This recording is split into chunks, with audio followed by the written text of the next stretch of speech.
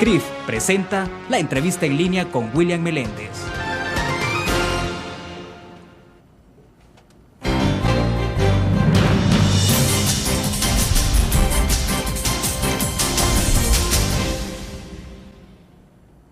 Jueves 28 de abril de 2011, bienvenidos a la entrevista en línea. Oficialmente se ha advertido a los agricultores que la presente temporada invernal dará inicio el próximo 14 de mayo, lo que ya supone un adelanto de la llegada de las lluvias en toda su plenitud. Este jueves exploramos la evolución del presente invierno, especialmente en lo referido a la siembra de los granos básicos como el maíz o el frijol, claves para la alimentación de la población, pero también las condiciones que tienen los agricultores para recibir en tiempo los paquetes agrícolas. Bueno, hay mucho de qué hablar. Para esto está con nosotros en nuestros estudios Agustín Martínez, él es el presidente de la Cámara Agropecuaria Camagro de nuestro país. Agustín, es un gusto que nos acompañe, bienvenido. Gracias por invitarme. Perfecto. Antes de iniciar, les recuerdo a ustedes que pueden participar, está habilitado el chat para que envíen sus comentarios o preguntas para nuestro invitado, también lo pueden hacer a través de Facebook. Para comenzar, ¿de qué manera está arrancando o se advierte que va a arrancar este invierno? Quisiera saber, digamos, si ustedes de alguna forma desde Camagro están dando alguna orientación a los agricultores en este país, si se puede decir, digamos, que están los agricultores listos para esta temporada. Bueno, ahí vamos a comenzar diciendo de que si el invierno está anunciando que ya se va a establecer, es importante en este momento que los productores tengan en sus manos los insumos necesarios para arrancar la siembra, especialmente en aquellas zonas más aisladas, porque si el invierno se establece y eventualmente los caminos se complican, ellos les cuesta más llevar sus insumos. Así que es importante que ellos, y esa es la orientación que estamos dando, ¿verdad?, que ellos prácticamente se preparen desde un inicio, planifiquen bien sus cultivos, con los insumos a tiempo para los momentos que se necesitan y lógicamente pues dentro de esto juega un papel muy importante el trabajo que hace el gobierno en cuanto a toda esta entrega de paquetes, ¿verdad? Porque sí ya hay un programa que se ha venido dando desde hace varios años, que es un programa subsidiario para aquellos productores que más lo necesitan, y entiendo pues que ellos están planificando entregar 325,000 paquetes este año. Hay algunos retrasos, como se han comentado en los medios, hay algunos retrasos con respecto a la entrega, pero lo que nosotros hemos sugerido es que se acelere el paso. Todavía estamos a tiempo, el invierno pues todavía quedan un par de semanas para que se establezca normalmente.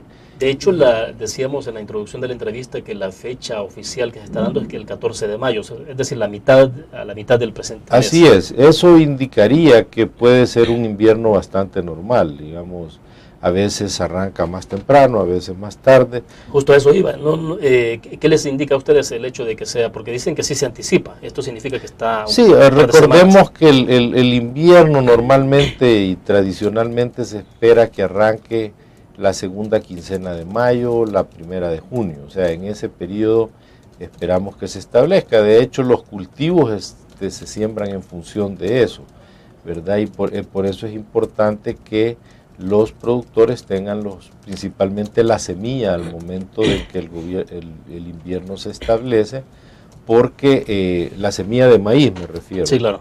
Porque el maíz normalmente se siembra en asocio con el frijol, pero el frijol, la mayor parte de la producción se siembra en agosto.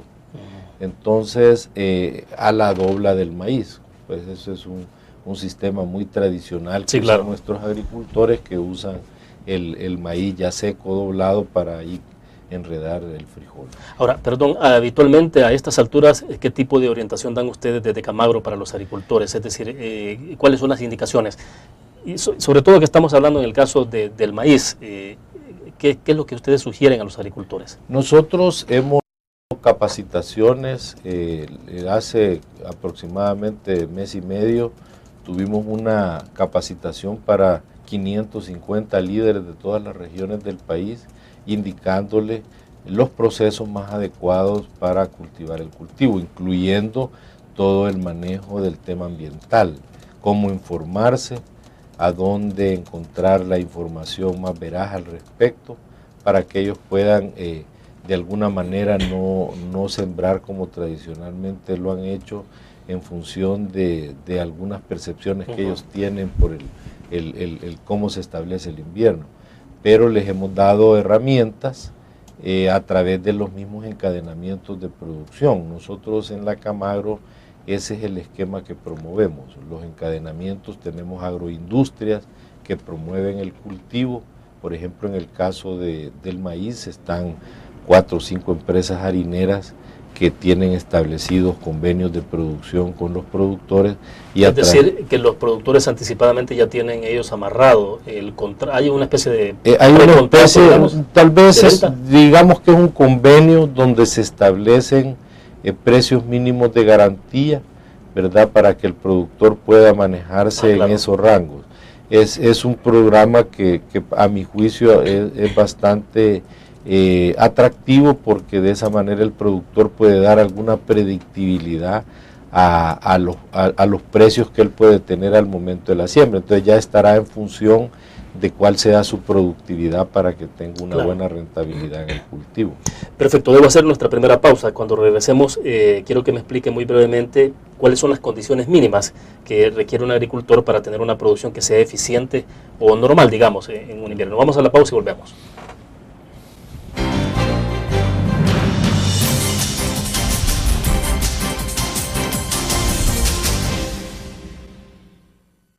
Con el Seguro Salud de ASA Suiza, usted obtiene amplias coberturas y beneficios adicionales con las mejores tarifas.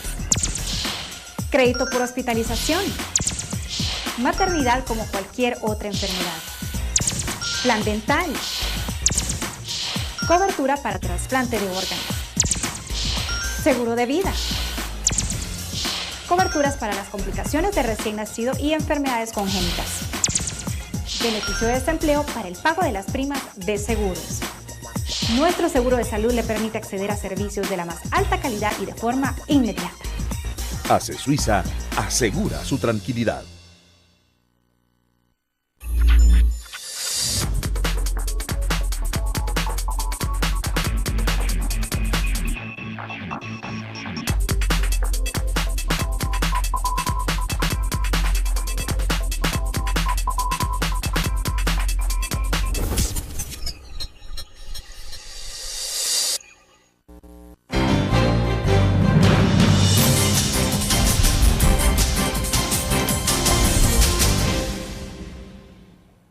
Está con nosotros Agustín Martínez, presidente de la Cámara Agropecuaria Camagro de nuestro país. Le decía entonces, la pregunta que se ha planteado era las condiciones mínimas que requiere un agricultor para que su producción sea eficiente.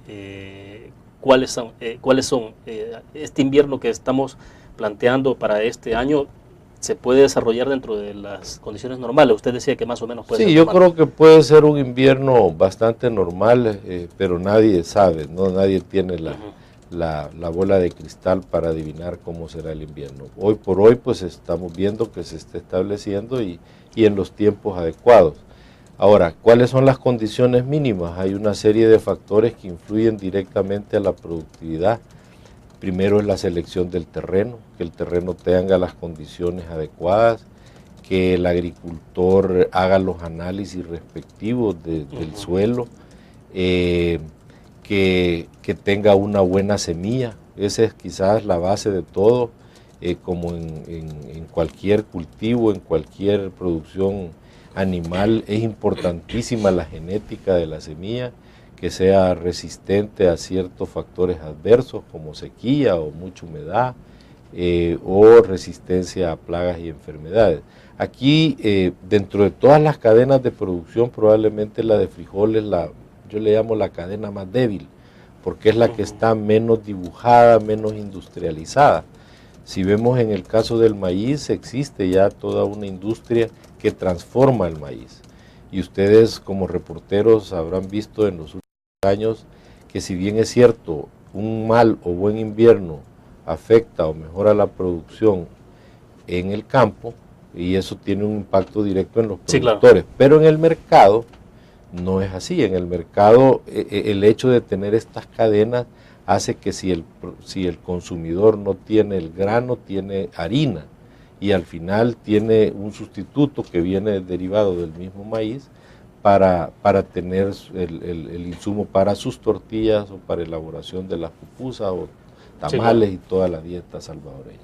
Entonces, pero en el frijol sí creo yo que hay que trabajar mucho en establecer esas cadenas, en agroindustrializarla y buscar la manera de que haya una producción más estable, porque tradicionalmente se importan entre 500, 600 mil quintales en el año de frijol proveniente de la región. Es decir, el país siempre ha sido deficitario en producción de frijol. O sea, siempre ha sido deficitario. Ajá. Sí. ¿Qué es lo que explica la situación actual de que tengamos precios de 1.50 por libra de frijoles en el mercado? Lo que lo explica es que el año pasado el invierno golpeó duro a los países vecinos, especialmente aquellos donde se producen, como es Honduras y Nicaragua, que son países que han dedicado parte de su producción incluso a orientarle hacia el mercado salvadoreño, porque saben que siempre hay una oportunidad para sembrar frijol.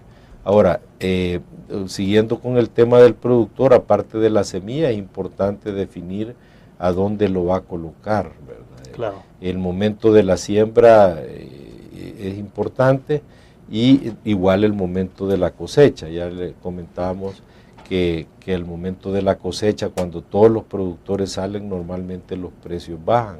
Entonces hay que crear un sistema.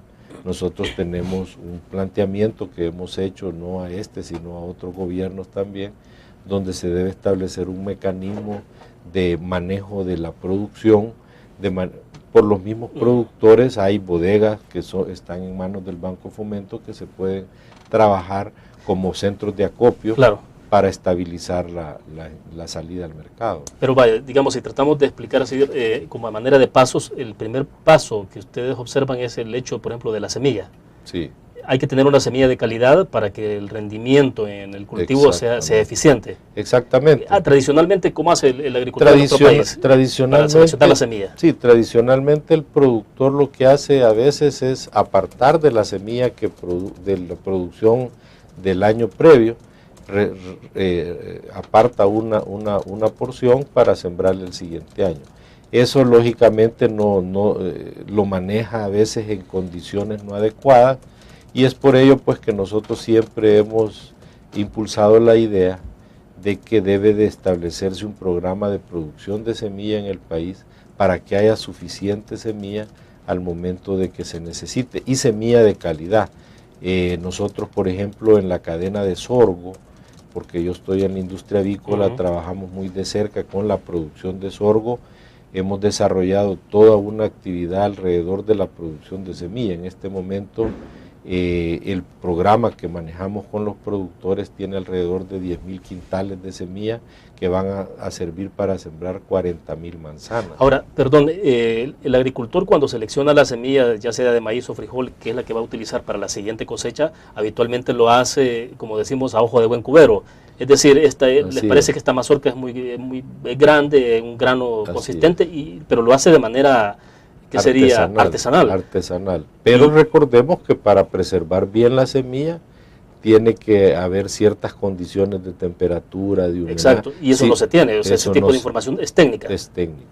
No se tiene, y es importante que, como en otros países se hace, que las condiciones de almacenaje tengan cierta temperatura, claro, se trate adecuadamente para que no sea afectada por plagas o enfermedades que al final afectan cuando ya se siembra. Pero además hay estudios técnicos de esa semilla, ¿no? Para saber... Sí, o sea, previamente a la siembra se recomienda que hagan pruebas de germinación para ver el porcentaje de germinación de esta semilla, porque muchas veces, incluso ellos, como para resolver eso, lo que hacen es tirar 2 o 3 semillas en el mismo punto de siembra para que al menos una nazca.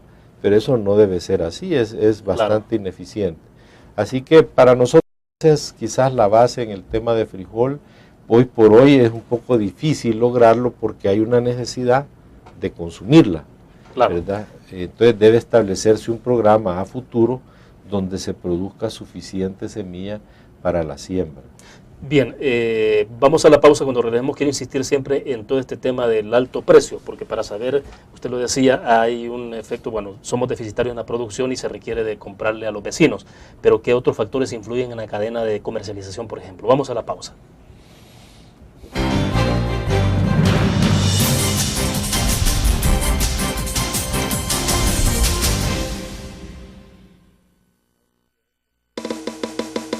Tu periódico es dinero, porque ahora puedes pagar con la prensa gráfica.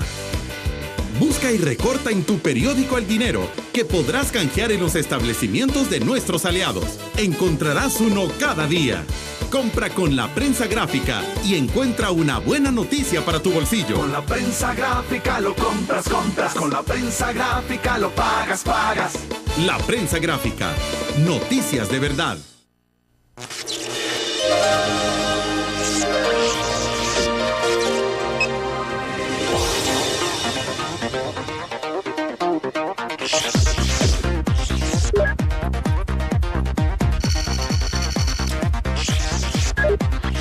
Estimulamos tus sentidos para que leas, veas, escuches e interactúes con la verdad.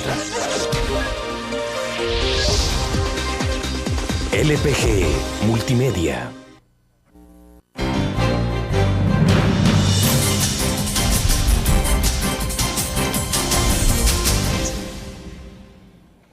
Perfecto, le consultaba entonces sobre el tema de cadena de comercialización, porque a veces uno en esto piensa, en esta cadena desde la producción hasta que el agricultor lleva su grano al mercado, lo coloca en venta, o ya lo encuentra el consumidor embolsado, el frijol, por ejemplo, la libra. En esa cadena siempre es importante ver un poco quién es que se está quedando con la tajada más importante, como decimos, pero yo creo que es importante radiografiarlo, porque también en el caso de los lácteos, y le decía en el corte comercial, quienes tienen ganadería se lamentan todo el tiempo, pero tienen una variable ahí que tiene que ver con el contrabando de lácteos de Nicaragua o de Honduras. Pero en el caso del frijol, entonces, ¿qué pasa con esa cadena de comercialización? Bueno, casi siempre el productor lo que hace es llevarlo al mercado directamente. O hay todo un sistema de intermediación que normalmente incluso le llega a apoyar hasta la siembra. Hay aquí intermediarios que financian a los productores y después ellos recolectan la producción. Recordemos que muchas veces los comerciantes van adelante de los productores en cómo va a estar el mercado, y por eso es importante. ¿Tienen más información que los mismos productores? Exactamente, a eso iba. Hay normalmente más información en la cadena de intermediación, y por eso es importante tener a los productores bien informados, a dónde están los mejores precios. Hoy por hoy, y dadas las condiciones, no solo en frijol, sino en todas las cadenas de granos, yo lo veo como una oportunidad para el productor, porque el productor va a tener un buen precio, de acuerdo a las perspectivas y tendencias que hay en los mercados. Este puede ser un año bueno para los productores en función del precio. Ahora, también recordemos la parte del costo. Claro. El costo, digamos, muchas veces por el impacto del petróleo, porque de los fertilizantes son derivados del petróleo, sube bastante también. Entonces es importante la productividad, y es donde hay que apuntarle a esto, que el productor tenga la mayor productividad posible para diluir un poco más sus costos por quintal, y eso le va a permitir tener una mayor rentabilidad y esté en función de que planifique bien, tenga los insumos adecuados y conozca el mercado. Eso es importante.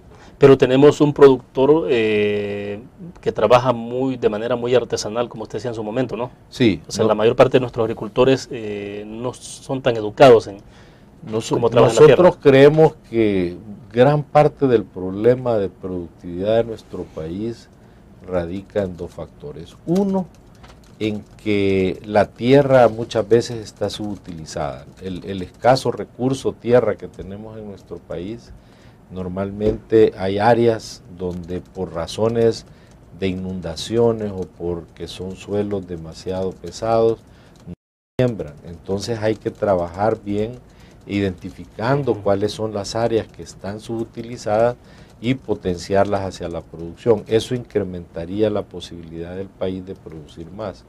Pero por otro lado, también hay que apuntarle a la capacitación de los productores. Hay muchos productores que todavía están produciendo bajo las técnicas que les enseñaron sus abuelitos, ¿verdad? Que muchas tienen mucha certeza porque conocen la naturaleza, pero hay bastantes técnicas que ellos pueden usar para mejorar las condiciones de su cultivo y productividad. Además de la condición de cambio climático, ¿no? Que eso genera una distorsión bastante fuerte en la producción. Para mí eso, y nosotros le hemos dado mucho énfasis al tema del cambio climático, porque eso es lo que está distorsionando la producción de alimentos en el mundo. Hemos tenido desde el año pasado, y ahí empieza la escalada de precios, en julio del año pasado, los Estados Unidos anunciaron que la producción iba a ser menor. Ya en octubre anunciaron que en efecto fue menor y los inventarios del 2011 iban a ser bajos.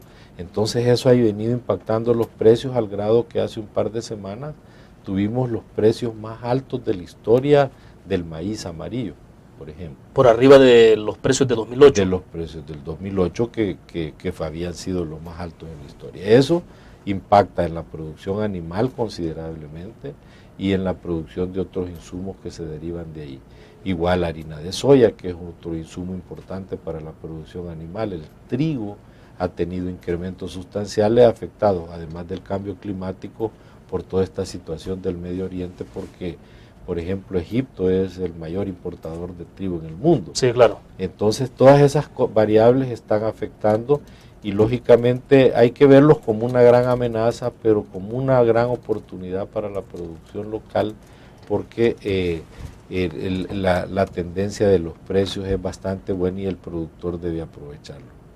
Agustín, pero explícanos, ¿será que en algún momento el mundo en términos generales y nuestro país en particular podrá gozar de precios más bajos en los alimentos o la tendencia prácticamente es irreversible hacia el alza? Le puedo hablar por el maíz, que lo conozco bastante bien y de cerca.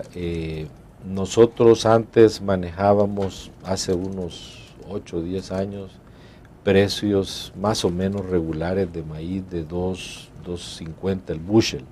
Hoy estamos a niveles de 7.50, o sea, prácticamente 2-3 veces el valor que teníamos antes. ¿Qué es el bushel? ¿Cómo se calcula? El bushel es una medida que usan en Estados Unidos que tiene en función del peso, pero digamos 39.37 bushels hacen una tonelada.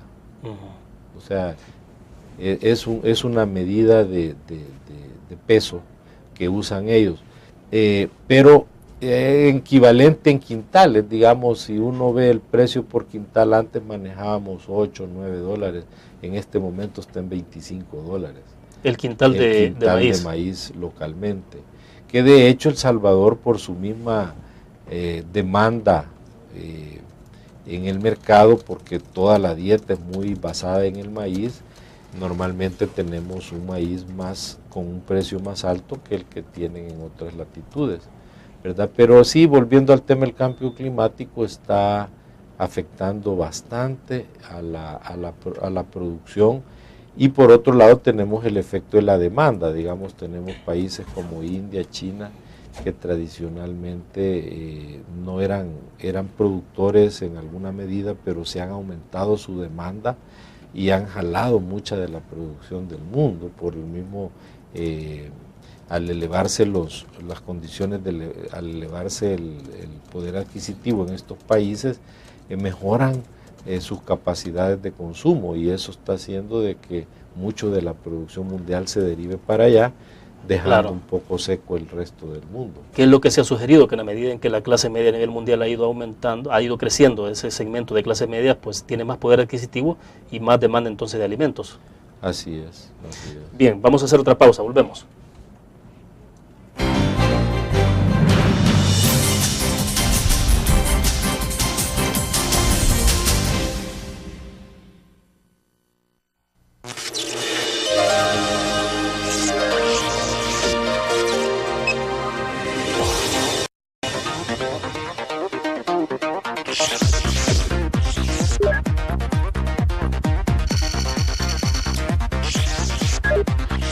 Estimulamos tus sentidos para que leas, veas, escuches e interactúes con la verdad.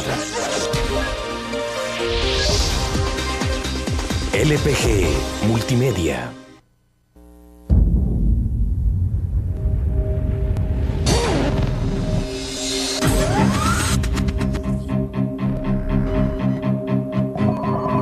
El inicio de una estrategia financiera desde los negocios y la actividad económica hacia toda Centroamérica. El Economista Regional, una revista especializada donde encuentras el panorama empresarial y los principales movimientos financieros. El Economista, el modelo regional de información económica.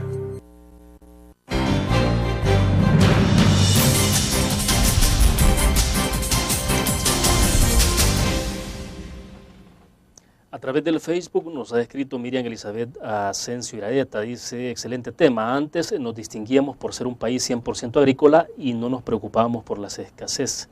Ahora a duras penas sobrevivimos y compramos hasta los frijoles a nuestros hermanos nicaragüenses a precios altos.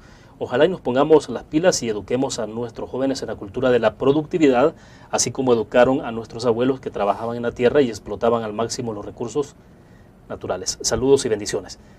Bueno, el tema de educación, justamente lo que hablábamos en el pequeño corte, ¿no? Es esencial, o sea, decía usted entonces, no se puede seguir trabajando la tierra en las condiciones en las que nos enseñaron los abuelos. Ella dice que hay que retomar ciertas prácticas, sin duda alguna, pero combinándola con nuevas tecnologías. De eso se trata. En el campo se requiere hacer un esfuerzo bastante grande porque si logramos capacitar a los productores, logramos interesar a la juventud nueva en la producción agrícola, vamos a evitar migraciones a las ciudades. Porque ese es el fenómeno que tenemos actualmente, o sea, las migraciones que hay del campo a la ciudad. Exactamente. Entonces, ¿quién produce la tierra? Ese es parte del problema, pero la gente que se queda produciendo y lo hace bajo condiciones tal vez no lo más técnicas posible, van eventualmente afectando el ambiente, digamos, van deteriorando los bosques, se van acabando las cuencas de los ríos, que tiene sus impactos grandes al final de un proceso de producción. Yo siempre me refiero al tema de la cuenca del Lempa, por ejemplo, ¿verdad? Todo lo que hacemos en el norte, vemos el efecto cada invierno en el sur. Digamos, nadie está poniendo atención hoy por hoy, yo no veo programas agresivos en el manejo y recuperación de cuencas de los ríos. Bueno, se sigue viendo la quema antes de la producción, es decir, prácticamente se deja el suelo hecho carbón. Así es. Y después se quiere que ahí nazca entonces la... Así es. Eso es una práctica cultural que no es muy apropiada y hasta donde yo veo lo hacen muchas veces por costo. Ya en la práctica es bien difícil mover toda esa basura o ese rastrojo que se corta en el campo. Entonces también es una práctica que eventualmente va a ser difícil erradicar, pero sí hay formas de hacerlo más eficientemente. Hay gente que le da fuego a todo y se lleva hasta otros bosques. Claro. En cambio hay gente que la concentra y ahí hace una quema focalizada y probablemente se tiene menor impacto en el ambiente. Pero son cosas que hay que ir manejando dependiendo del terreno, de las condiciones que el productor tenga, de las capacidades financieras que tenga. Lo que sí es importante es que hay un fenómeno cultural, digamos, yo he sido parte de programas que han tratado de transformar un poco y diversificar el país en términos de producción agrícola, y es sumamente difícil por la parte cultural, ¿verdad? Nosotros debemos de designar zonas que tengan ese potencial y apoyarlas con todo lo que esté a nuestro alcance para que esas zonas vuelvan a ser productivas. Le voy a dar el caso del Bajo Lempa. Claro. Yo me recuerdo antes, cuando se trabajaba el algodón ahí, se hacía mucho trabajo de obra en la tierra, digamos, drenajes, formas de sacar el agua o regar, todo eso se ha perdido. Entonces tenemos hoy que queremos promover siembras ahí y lo que tenemos normalmente son inundaciones. Entonces se necesitan hacer bordes, se necesita trabajar la tierra de manera más adecuada.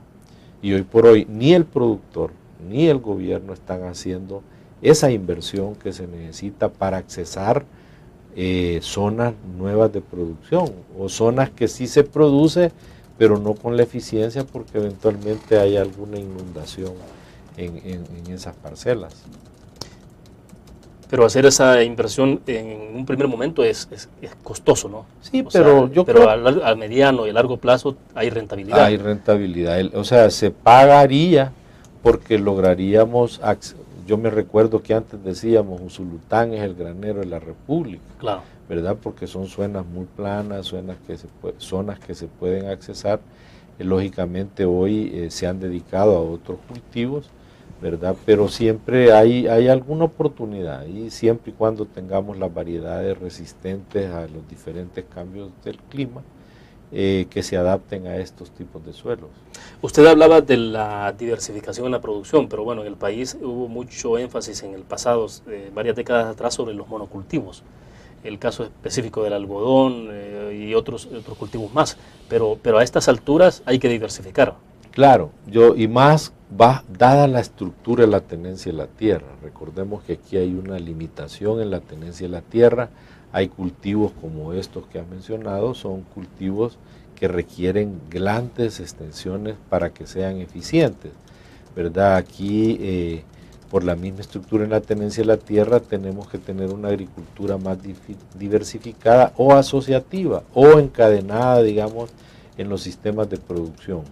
Difícilmente vamos a tener monocultivos ya en el futuro.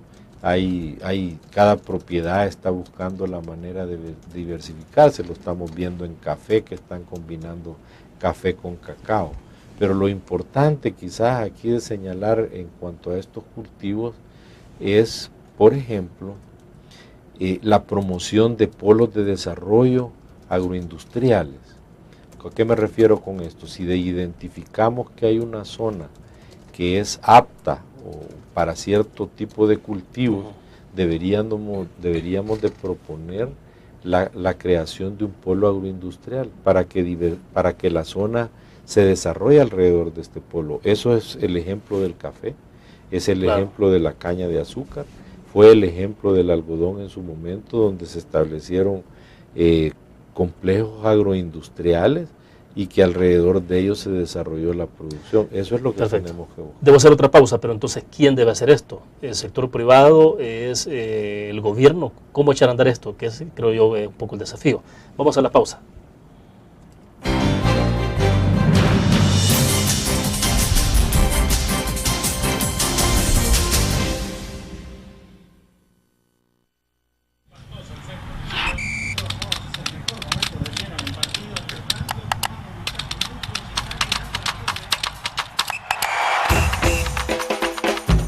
La emoción del deporte está en www.elgráfico.com.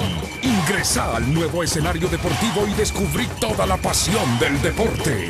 Fotos, videos, fichas y resultados de las mejores ligas del mundo. Elgráfico.com. Conectados por deporte. Blur. La revista más innovadora y moderna de todos los tiempos. Única en su estilo, creativa. Un espacio exclusivo y reservado de entretenimiento y diversión, llevada al máximo. Blur. Time Out, Movie, lo mejor de la cartelera. Art. Shopping, la guía de la moda. Go, viajes cortos fuera de la ciudad. Blur.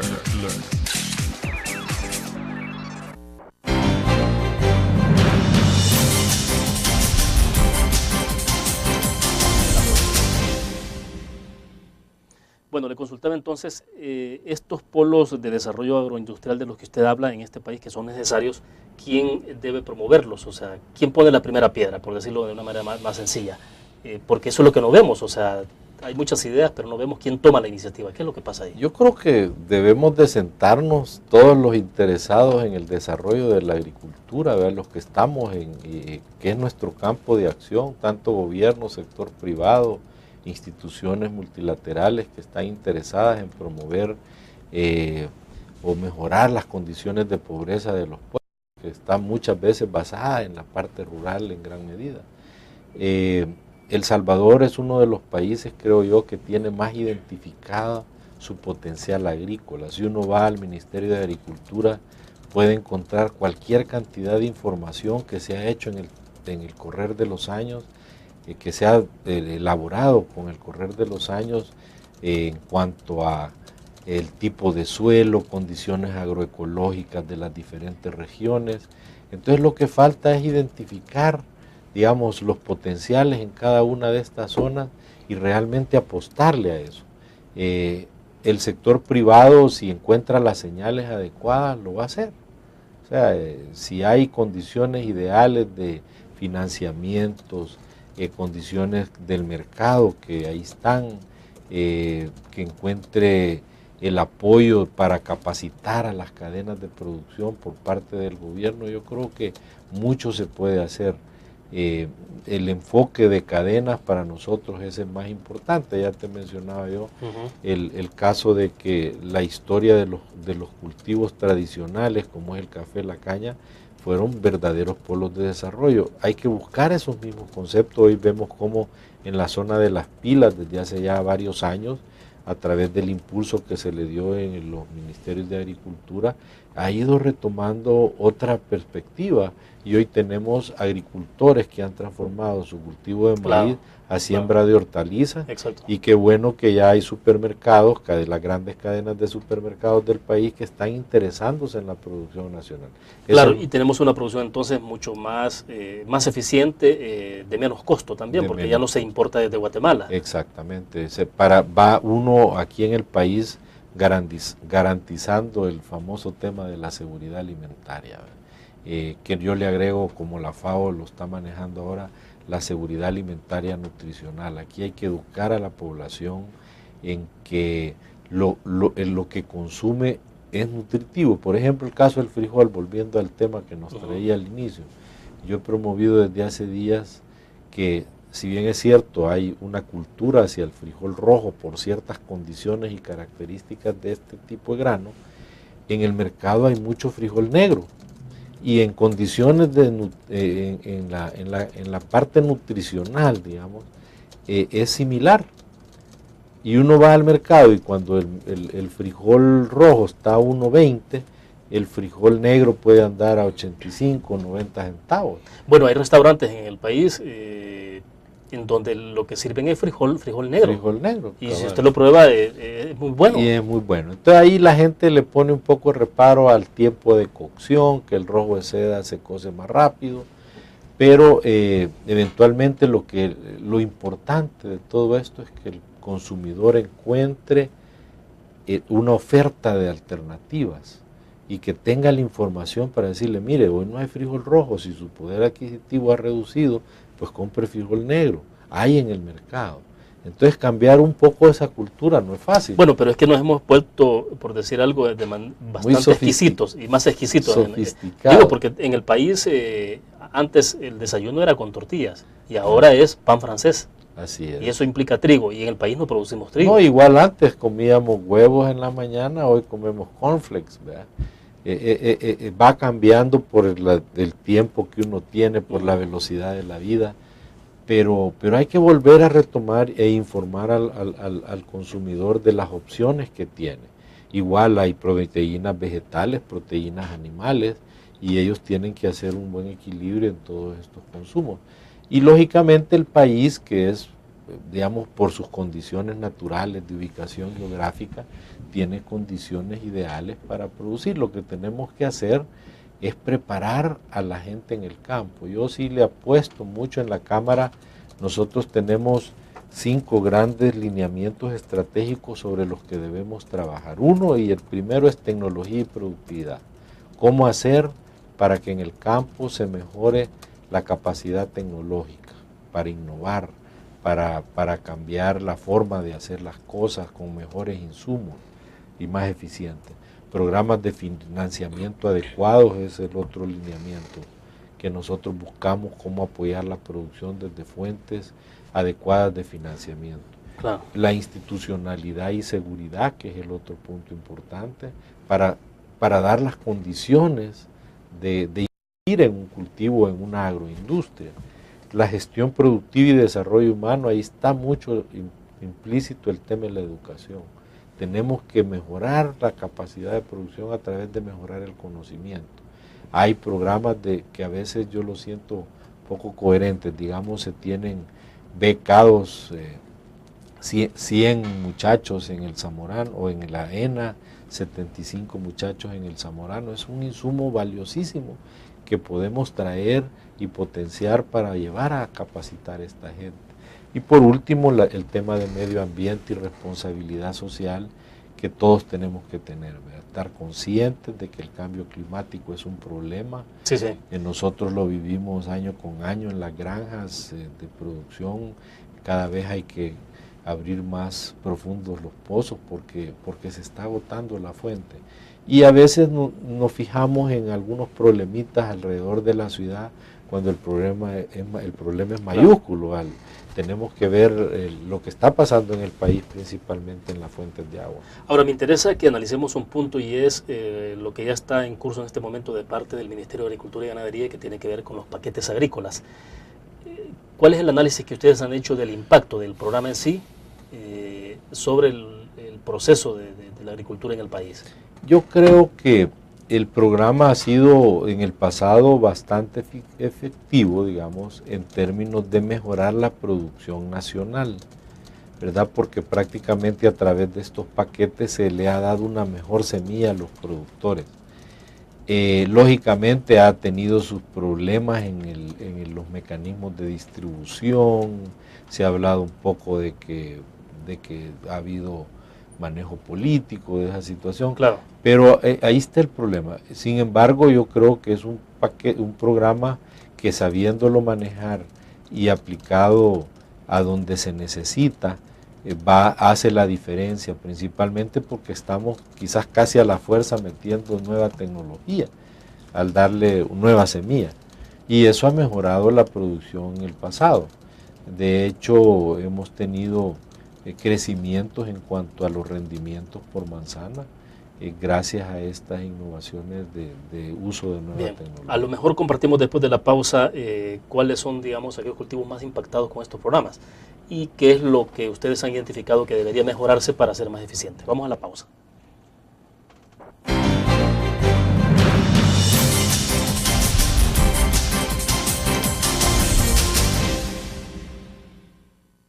Con el Seguro Salud de ASA Suiza, usted obtiene amplias coberturas y beneficios adicionales con las mejores tarifas. Crédito por hospitalización. Maternidad como cualquier otra enfermedad. Plan dental. Cobertura para trasplante de órganos. Seguro de vida. Coberturas para las complicaciones de recién nacido y enfermedades congénitas. Beneficio de desempleo para el pago de las primas de seguros. Nuestro seguro de salud le permite acceder a servicios de la más alta calidad y de forma inmediata. ASA Suiza asegura su tranquilidad. Tu periódico es dinero, porque ahora puedes pagar con la prensa gráfica. Busca y recorta en tu periódico El Dinero, que podrás canjear en los establecimientos de nuestros aliados. Encontrarás uno cada día. Compra con la prensa gráfica y encuentra una buena noticia para tu bolsillo. Con la prensa gráfica lo compras. Con la prensa gráfica lo pagas. La prensa gráfica. Noticias de verdad.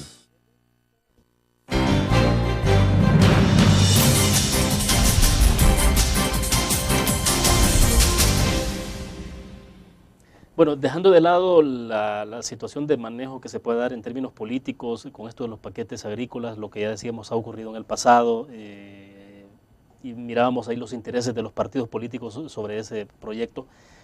Quisiera saber más allá de eso, si efectivamente entonces estos proyectos, qué impacto han tenido y cómo se ha expresado en ciertos cultivos, el caso concreto el maíz. Bueno, el maíz quizás ha sido el programa más agresivo. Y creo que en el pasado han sido muy positivos porque se ha hecho un trabajo conjunto y coordinado con las entidades privadas que se dedican a esto. Esa coordinación es importante porque el gobierno al final también no lo puede hacer todo, y hay entidades y empresas dedicadas a la producción de semilla, a interesarse en que cada vez estas semillas sean mejores. y ese ha sido el mayor impacto del programa en el pasado. Yo sí considero que ha habido un cambio. Uno ve hoy en el campo, en las plantaciones de maíz, variedades más homogéneas, que tienen mejor productividad, y eso a la larga, incluso hay un tema ahí que tal vez es importante tocarlo y que mucha gente lo ve como un tabú aquí, el tema de la biotecnología. Nosotros hemos promovido una ley de biotecnología donde se tiene que considerar también los cultivos transgénicos. Hay mucha discusión al respecto, yo lo he dicho en varios foros. Desde el punto de vista ambiental hay muchos reparos, sobre todo si usted habla con ambientalistas, ecologistas. Pero es al revés el concepto, porque realmente los cultivos estos evitan que se aplique más insumos nocivos para el ambiente, digamos venenos, insecticidas, etcétera, que se aplican en mayor cuantía en un cultivo. A veces no es tanto la parte de productividad como en el ahorro que se tiene, porque son cultivos ya desarrollados resistentes a la sequía, resistentes a las plagas y resistentes a ciertas enfermedades. Pero según usted entonces, ¿de dónde surge el temor? El temor ambiental viene más que todo en el impacto que se dice puede tener en la diversidad de los cultivos. Digamos, hay variedades tradicionales en el país, pero todo eso se puede legislar. Por eso yo siempre he dicho de que el gobierno salvadoreño, que ha manifestado que Brasil es su referente en todo sentido, en el campo agrícola deberíamos de ver lo que ha hecho Brasil en este campo. Brasil, claro, aparte de su gran extensión territorial, hoy es una potencia porque ha mejorado tremendamente su productividad y su eficiencia en el campo a través de este tipo de cultivos. Lo está haciendo Argentina e incluso Europa, que ha sido muy negativo a este tema, ya está viendo que si quiere competir debe de desarrollarse todo un programa y una legislación alrededor del tema. Por ejemplo, si se tiene una manzana de producción de maíz con la semilla tradicional versus una semilla genéticamente manipulada, ¿cuáles son los rendimientos que se tienen? Hay comparaciones, ¿no? Sí, se puede hasta duplicar o más del doble. Pero a veces no, en algunos casos no es solo la productividad, como le digo, el ahorro que se tiene por el tema del consumo menor de pesticidas. Eso es importantísimo en términos medioambientales. Aquí al final lo que hay que ver es que el productor, yo soy muy amigo de que tenga oferta de todo. Si él quiere seguirle sembrando la semilla que le dejó su abuelito, está bien, y va a tener bajo rendimiento, pero si quiere mejorar la tecnología, que tenga semillas mejoradas, semillas híbridas y hasta semillas transgénicas, y él va a tener el abanico de posibilidades dependiendo de cuánto quiere invertir, cuánto quiere producir, y dependiendo de las condiciones de sus terrenos. Mucho de eso se puede mejorar en el país y va a aumentar lógicamente la productividad, ¿verdad? O sea, esa podría ser una solución para suplir el mercado de nuestro país en la demanda de ciertos granos. Sí, yo creo que en algunos cultivos está más avanzada la tecnología, ya se hace mucho principalmente en estos granos. No la veo tan avanzada en frijol, por ejemplo, que es más a través de una selección que de manejo genético. Pero ya no hay aquellos efectos que se decía que iba a afectar al humano. El mundo tiene más de 25 años de estar consumiendo derivados de semillas transgénicas y no ha pasado nada. Es decir, a estas alturas usted cree que ya tendría que verse los efectos. Ya, claro, y no hay pruebas de eso. No hay, aquí comemos muchos productos derivados de las semillas transgénicas. Entonces, lo que hay que hacer es legislar, pero mi punto es el siguiente: no le temamos, pongámoslo sobre la mesa, discutámoslo, legislemos alrededor de esto y generemos una oportunidad para los productores para que puedan producir más y a menor costo. Bien, hacemos la última pausa comercial y volvemos. Sí, porque eso es cierto.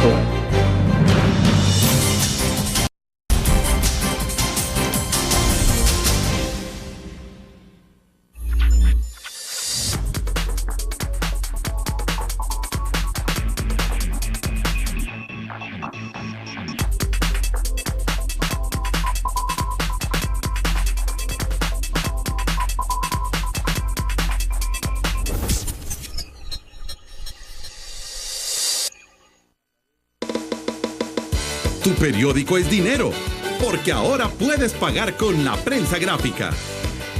Busca y recorta en tu periódico el dinero que podrás canjear en los establecimientos de nuestros aliados. Encontrarás uno cada día. Compra con la prensa gráfica y encuentra una buena noticia para tu bolsillo. Con la prensa gráfica lo compras. Con la prensa gráfica lo pagas. La prensa gráfica. Noticias de verdad.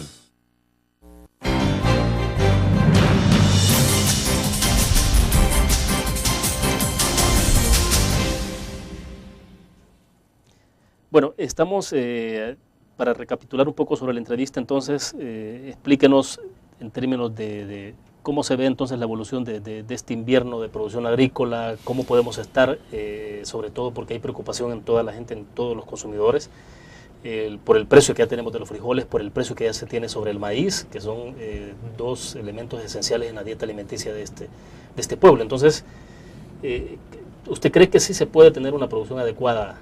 Yo creo que sí, si el invierno es normal, cosa que nadie puede saber, y le ponemos velocidad a sembrar en los tiempos adecuados, el agricultor está viendo que hay una buena posibilidad por el lado de los precios.